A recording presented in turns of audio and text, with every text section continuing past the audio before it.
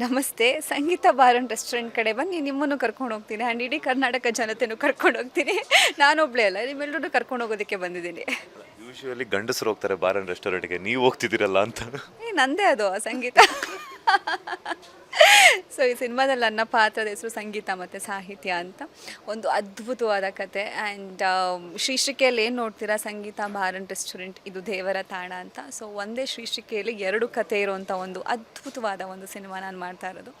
And ಸಾಕಷ್ಟು ಕತೆಗಳ ಮಧ್ಯೆ ಈ ಒಂದು ಕತೆ ನನಗೆ ತುಂಬ ಇಂಪ್ರೆಸ್ ಮಾಡ್ತು. ಏಕೆಂದರೆ ನನ್ನ ಪಾತ್ರಕ್ಕೆ ತುಂಬ ತೂಕ ಇರುವಂಥದ್ದಿರ್ಬೋದು ಆ್ಯಂಡ್ ಕೋಮಲ್ ಸರ್ ಜೊತೆ ಆ್ಯಕ್ಟ್ ಮಾಡ್ತಿರೋದಿರ್ಬೋದು ಆ್ಯಂಡ್ ಹಾಸ್ಯ ಕಲಾವಿದರಲ್ಲಿ ದಿಗ್ಗಜರು ಅವರು ಒಳ್ಳೊಳ್ಳೆ ಸಿನಿಮಾಗಳನ್ನ ಮಾಡಿದ್ದಾರೆ. ಆ್ಯಂಡ್ ಪ್ಯಾರ್ಗೆ ಆಗಿಬಿಟ್ಟಿದೆ ಸಾಂಗ್ಸ್, ಇದೆಲ್ಲ ನೋಡಿಕೊಂಡು ಬೆಳೆದಿರೋ ಅಂಥವಳು ನಾನು.